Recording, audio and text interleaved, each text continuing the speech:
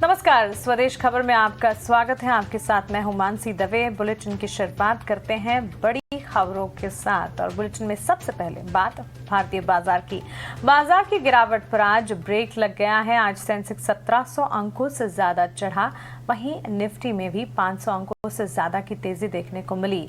बाजार में हर सेक्टर, हर पॉकेट में अच्छी तेजी के बीच कामकाज देखने को मिला और धुआंधार तेजी के बीच ही बाजार क्लोज होता हुआ दिखा। बाजार का पूरा एक्शन लेकर हमारे साथ जुड़ रही हैं प्रियंका उप्पल। प्रियंका, बताएं। आज देखिए मार्केट में क्लियरली जब हम एक गैप अप के साथ खुले ऐसा लग नहीं रहा था कि ये मोमेंटम सस्टेन रहेगा। There was so much of confusion, लेकिन जिस तरह से जियोपॉलिटिकल टेंशन ईज आउट होती हुई दिखाई दी, लगभग 11 बजे के बाद बाजार का कंप्लीटली ट्रेड सेंटिमेंट डिफरेंट हो गया। वन साइडेड ट्रेड हमने देखा और एक शानदार रिकवरी के साथ हम देख रहे हैं कि निफ्टी, बैंक निफ्टी, सेंसेक्स आप देख रहे हैं कि लगभग कल जैसी ही तस्वीर बिल्कुल ऑपोजिट करके दिखा दीजिए। कल 500 पॉइंट्स की गिरावट थी, 3% नीचे था इंडेक्स और आज आप 3% ऊपर 500 पॉइंट्स के साथ ज्यादा के साथ क्लोजिंग देखे गए। पीएसयू बैंक्स, क्लियरली बैंक्स ने एक बड़ा कंट्रीब्यूशन किया, उसमें पीएसयू बैंक सबसे टॉप गेनर रहा। उसके बाद एक अच्छी रिकवरी आपको ऑटो पैक में दिखाई दी, 4% तक का कंप्लीटली ऑटो पैक में आज आपको गेन देखने को मिला। उसमें टॉप काउंटर्स आपके लिए Tata Motors, hero MotoCorp, Eicher motor, ये सारे काउंटर्स रहे। अगर आप दूसरे कुछ और काउंटर्स की बात करें तो रिलायंस ने एक स्ट्रेंथ दी, बाजार को ऊपर की तरफ खींचा। बैंकिंग स्पेस में आप देख रहे हैं आरबीएल बैंक, टॉप गेनर्स जो बैंक निफ्टी के रहे उसमें आरबीएल बैंक, उसमें एसबीआई और सारे प्राइवेट सेक्टर बैंक्स ने कंट्रीब्यूट किया बाजार को। जहां सारा मिला, एचडीएफसी बैंक, आईसीआईसीआई बैंक, सभी ने। इनफैक्ट बजाज ट्विंस में एक अच्छी रिकवरी हमने देखी। तो क्लियरली जब जियोपॉलिटिकल टेंशन की ईज आउट होने की जब खबरें आई, रशिया के पीछे हटने की बात हुई, सम ऑफ द ट्रूप्स के पीछे हटने की बात हुई, उसके बाद क्रूड में हमने एक मेल्टडाउन इफेक्ट देखा और सिंगल डे में आज इंट्राडे में सबसे बड़ी क्रूड की गिरावट थी पिछले महीने दिसंबर 2021 के बाद की। तो ये एक बड़ा फैक्टर रहा जिसने बाजार पे क्लियरली पॉजिटिव सेंटिमेंट को वेट डाउन किया। कुछ और काउंटर्स जिनकी आज बात करनी होगी, सिप्ला एक बड़ा काउंटर जो आज लाल निशान में बंद हुआ, उसके रीजन आप सिर्फ 2 ही काउंटर देख पा रहे हैं, एक ONGC meltdown of the crude and then Cipla, because वहां पर प्रमोटर्स ने लगभग 2.5% इक्विटी बेची है, जिसके चलते हमने देखा कि सिप्ला पे आपको सुबह से ही एक सेंटिमेंटल इफेक्ट देखने को मिला। दूसरा एक और स्टॉक जो हमें डिस्कस यहाँ जरूर करना चाहिए, जिस तरह से न्यू एज स्टॉक्स में हम एक लगातार देख रहे हैं कि लिस्टिंग के बाद से एक बड़ा प्रेशर है। आज जोमेटो अपने इशू प्राइस के भी नीचे फिसल गया था, लेकिन किस तरह का रीबाउंड, 77 के नीचे फिसलने के बाद सिर्फ 1.5 घंटे के अंदर जोमेटो ने एक शानदार रिकवरी दिखाई।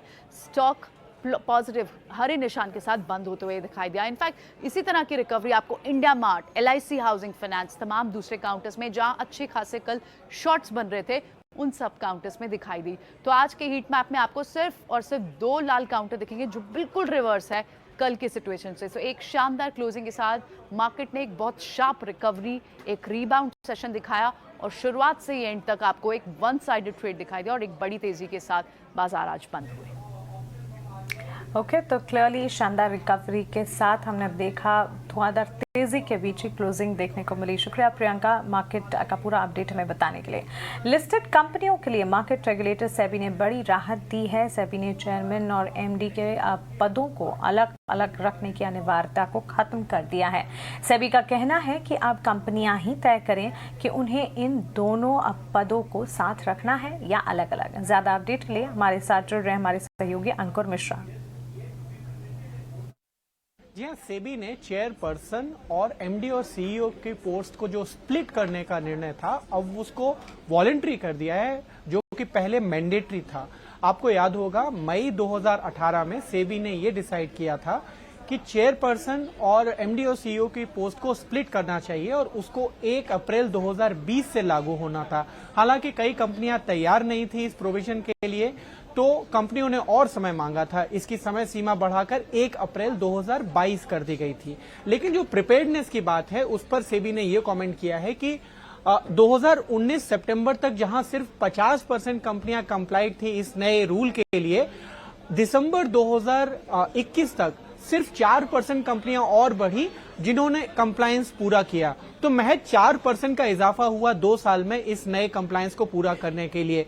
तो इसलिए यहां पे अनसेटिस्फैक्ट्री प्रोग्रेस की वजह से सेबी ने अब ये डिसाइड किया है कि ये रूल मैंडेटरी की जगह वॉलंटरी कर दिया जाएगा। मतलब कंपनियां अगर चाहें तो इस पोस्ट को चेयरमैन और एमडी सीईओ की पोस्ट को स्प्लिट कर सकती हैं, वो उनके ऊपर रहेगा, लेकिन कोई मैंडेटरी यहां पे रूल नहीं रहेगा।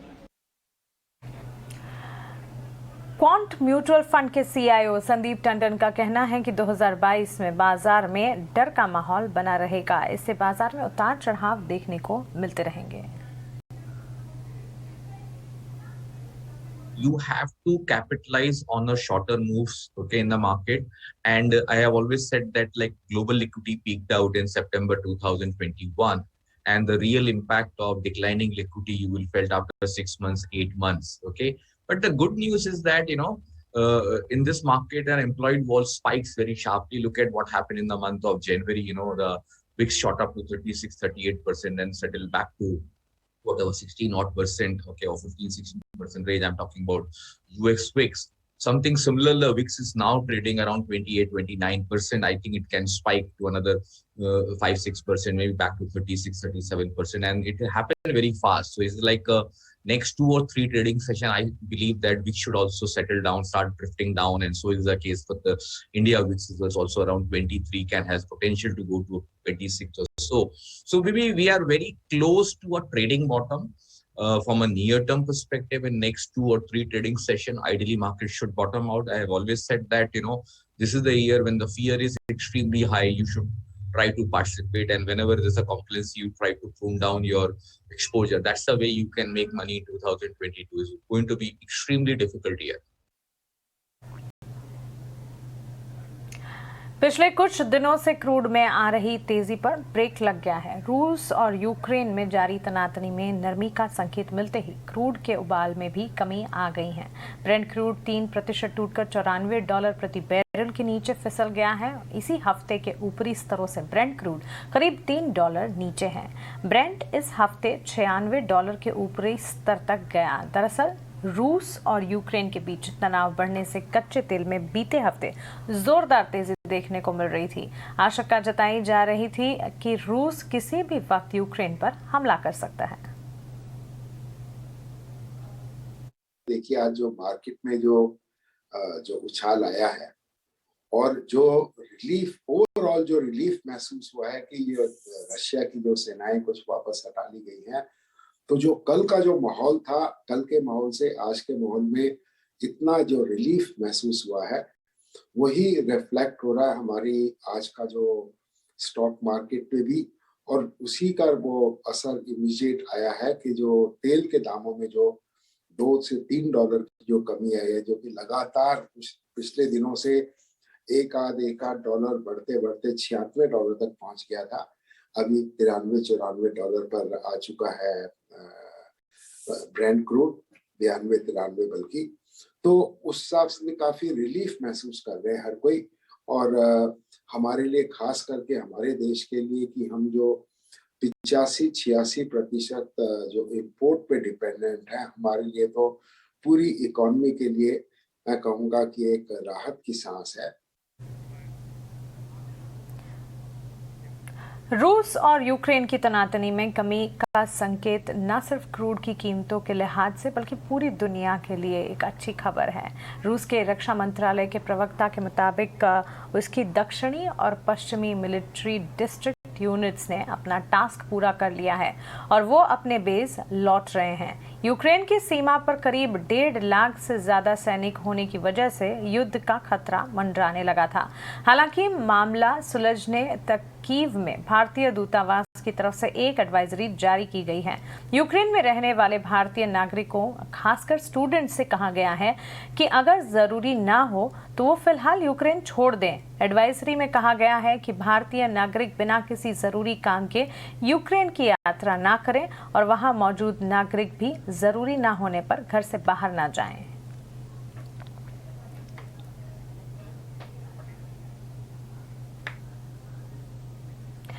नास्कॉम कार्यक्रम में आईटी मंत्री अश्विनी वैष्णव ने कहा कि आईटी इंडस्ट्री ने पिछले 1 साल में काफी शानदार काम किया है।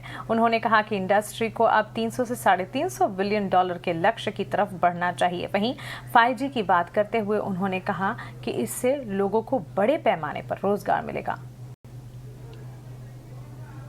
The entire IT industry of India for this excellent performance. The target of crossing $200 billion in the industry was a cherished target, and very happy that this target has been achieved, and time to move on to the next target, which is $300 billion. I'm extremely happy about 5 important points. First is about the employment which has been added. IT industry has been known for giving very good high quality employment to a large number of people, and this year the employment which has been added is 4.5 lakh new direct employees, which is fabulous. I thank the entire IT industry for this excellent effort at increasing the employment in the country. With this, the IT industry today stands at about 50 lakh employment. This is a huge thing. My gratitude to the industry participants for all your efforts in this. From the government side, whatever more efforts will be needed, we are there. I'm very excited about the 5G technology stack which has been developed in India. And 5 years back, 6 years back, nobody could have ever thought of having the whole telecom, the core network, the radio network, the equipment manufacturing, the handsets to be manufactured in India, designed in India. But today this is a reality. So very, very excited about this, because this will open up phenomenal opportunities for the IT industries all over the world in terms of the cost advantage we have, in terms of the innovation advantage we have, in terms of the talent advantage we have. This will be a great opportunity. Space tech has been opened. A new central bank digital currency has been announced. Quantum computing, cybersecurity initiatives. Semiconductor is a reality now. Very happy that on 15 December when the Union Cabinet approved, and today we are on 15 February, within such a short time frame, superb response has been received from the semiconductor industry participants in terms of fab, in terms of compound semiconductor, in terms of design ecosystem, in terms of talent ecosystem. Excellent response is there. All these are opening up new opportunities, and I request the industry participants to double down on your efforts, come up with more ideas, come up with more suggestions. Let's grow together. Let's employ more and more quality employment opportunities. Let's create those employment opportunities that country needs. And we are there with you. The government is always there with the industry. NASSCOM के president Devyani Ghosh के मुताबिक IT industry दोगुना से भी ज्यादा बड़ी है। 2021 में देश के आईटी सर्विसेज इंडस्ट्री $30 अरब से बढ़कर $200 अरब के रेवेन्यू को पार कर गई। I already said that we are now a 227 billion industry. FY 2022 saw the highest year-over-year growth since FY 2011. Since 2011, this is the highest growth we have ever seen of 15.5%. Exports grew 17.2% to reach 178 billion, and domestic market too saw very healthy growth of 10% to near 50 billion. A few key highlights I'll call out here. Growth in exports is seen across all major sectors: BPM, services, ER&D, products. It's seen across all key markets: USA growing 17%, Europe and UK separately, each one growing around 18%, plus a lot of new markets coming up like Middle East and Latin America. Growth seen across sectors: BFSI, telecom, manufacturing, retail, pretty much leading the way. Domestic growth was driven by hardware, services, products, and the good news is that 70% of Indian enterprises predict a rise in tech investment over the next 18 months. So the theme will absolutely continue. We've seen double-digit growth pretty much across every single sector, and this is the best news possible because this shows you that we have a tremendously healthy portfolio. Crypto currency को लेकर RBI के deputy governor D Ravishankar ने बड़ा बयान दिया है। उन्होंने कहा कि क्रिप्टो करेंसी पर पाबंदी लगाना भारत के लिए शायद सबसे उचित विकल्प होगा। Crypto technology is underpinned by a philosophy to evade government controls. Cryptocurrencies have specifically been developed to bypass the regulated financial system. These should be reason enough to treat them with caution. We have also seen that cryptocurrencies are not amenable to the definition of a currency, asset, or commodity. They have no underlying cash flows. They have no intrinsic value. They are akin to Ponzi schemes and may even be worse. These should be reason enough to keep them away from the formal financial system. Additionally, they undermine the financial integrity, especially the KYC regime and AML CFT regulations, and at least potentially facilitate antisocial activities. More substantially, they can, and if allowed, most likely will, wreck the currency system, the monetary authority, the banking system, and in general, government's ability to control the financial system and the economy. They threaten the financial sovereignty of a country and make it susceptible to strategic manipulation by private corporates creating these currencies or governments that control them. All these factors lead to the conclusion that banning cryptocurrency is perhaps the most advisable choice open to India. We have examined the arguments proffered by those advocating that cryptocurrencies should be regulated and found that none of them stand up to basic scrutiny. State bank of India के ग्राहकों के लिए अच्छी खबर है। Bank ने अपने fix deposit के रेट को बढ़ा दिया है। स्टेट बैंक के मुताबिक 2 करोड़ से नीचे की कुछ मैच्योरिटीज पर 10 से 15 बेसिक पॉइंट तक के डिपॉजिट रेट बढ़ाए गए हैं। 3 से 5 साल की अवधि वाले एफडी पर डिपॉजिट रेट में 15 बेसिक पॉइंट की बढ़ोतरी की गई है, जबकि 2 से 3 साल और 5 से 10 साल की अवधि वाले एफडी पर डिपॉजिट रेट में 10 बेसिक पॉइंट की बढ़ोतरी की गई है।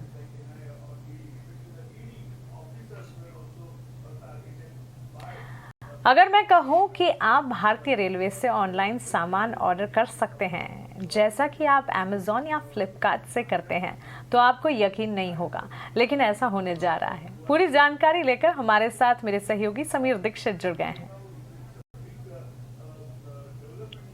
भारतीय रेलवे को बदलते वक्त के साथ ये बात समझ में आ चुकी है कि सिर्फ कोयला, आयरन ओर या खाद्य के जरिए वो अपने माल भाड़े या फ्रेट रेवेन्यू में ज़बरदस्त बढ़ोतरी नहीं कर सकती है। यही वजह है कि अब रेलवे नए नए मॉडल्स पे काम कर रहा है और उसी में से एक नया मॉडल निकल के सामने आया है, वो है डोर टू डोर डिलीवरी का। इसको सरल भाषा में यूँ समझिए कि जिस तरीके से आप अमेजन या फ्लिपकार्ट के जरिए अपना सामान मंगा सकते हैं, ठीक वैसा ही कुछ आप आने वाले वक्त में रेलवे के जरिए भी कर सकते हैं।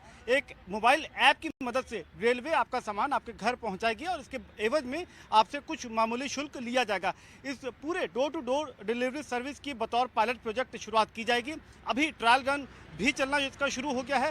रेलवे इसके लिए डेडिकेटेड फ्रेट कॉरिडोर और साथ ही इंडियन पोस्टल सर्विस की मदद लेगी, यानी कि पोस्टल सर्विस के जरिए सामान आपके घर पहुंचेगा, जबकि डेडिकेटेड फ्रेट कॉरिडोर पे सामान जो है वो तेज गति से पॉइंट ए से पॉइंट बी यानी कि 2 शहरों के बीच उसकी ढुलाई हो पाएगी। तो इसके लिए आपको शुल्क ज़रूर देना होगा, लेकिन आप इसको यूं भी देख सकते हैं कि अगर आपको बनारस की मशहूर साड़ी मंगानी हो, गुजरात से कोई मिठाई मंगानी हो, तो ये सब कुछ आप रेलवे के जरिए आने वाले वक्त में मुमकिन हो सकेगा। जबकि रेलवे इसमें अपने लिए एक बेहतर ऑप्शन ये देख रही है कि उसकी जो फ्रेट यानी कि माल भाड़े में जो कमाई है उसको बढ़ाना चाहेगी, और यही वजह है कि ये door to door delivery service की बतौर पायलट प्रोजेक्ट इसकी शुरुआत जल्द यानी कि कुछ महीनों में आप देख सकते हैं। और अगर सब कुछ ठीक रहा, सफल रहा, तो इस पूरी योजना को रेलवे अपने पूरे नेटवर्क में विस्तार देगी और उसको इसके जरिए न केवल लोगों को उनका सामान उनके घर तक पहुंचाएगी, बल्कि अपनी कमाई में भी ज़बरदस्त इजाफा कर पाएगी।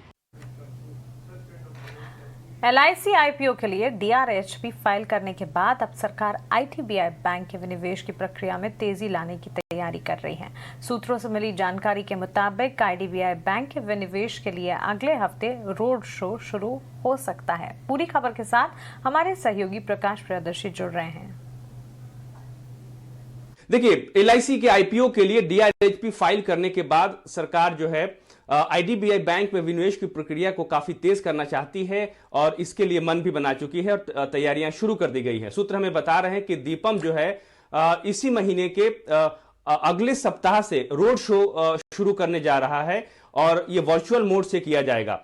सूत्र हमें बता रहे हैं कि दीपम ने एक रणनीति तैयार की है जिसके तहत आईडीबीआई बैंक की जो विनिवेश प्रक्रिया है वो अगले वित्त वर्ष में कंप्लीट करने की रणनीति जो है तैयार की गई है। इसके लिए ज्यादातर जो ग्राउंड वर्क है वो कर लिया गया है। आरबीआई के साथ जो कंसल्टेशन की प्रक्रिया है वो भी पूरी कर ली गई है। सोर्स हम ये भी बता रहे हैं कि एक बार जब एलआईसी का आईपीओ जो है वो मार्केट में आएगा उसके बाद कई तरह की चीजें बदलेंगी, क्योंकि एलआईसी भी एक लिस्टेड एंटिटी हो जाएगी, आईडीबीआई पहले से एक लिस्टेड एंटिटी है, लिहाजा जो बिजनेस कंटिन्यूटी है उसके लिए जरूरी है कि इनकी विनिवेश प्रक्रिया कर ली जाए, क्योंकि नियमों के हिसाब से सेम बिजनेस पोर्टफोलियो में अगर दोनों ही एंटिटी लिस्टेड हैं और सब्सिडियरी हैं तो उसमें बदलाव आते हैं और इसलिए सरकार ये चाहती है कि आईडीबीआई बैंक की जो विनिवेश प्रक्रिया है वो अगले वित्त वर्ष में किसी तरीके से कंप्लीट कर ली जाए। आप जानते हैं कि सरकार ने पहले ही इस प्रक्रिया को मंजूरी दे दी है और वो चाहती है कि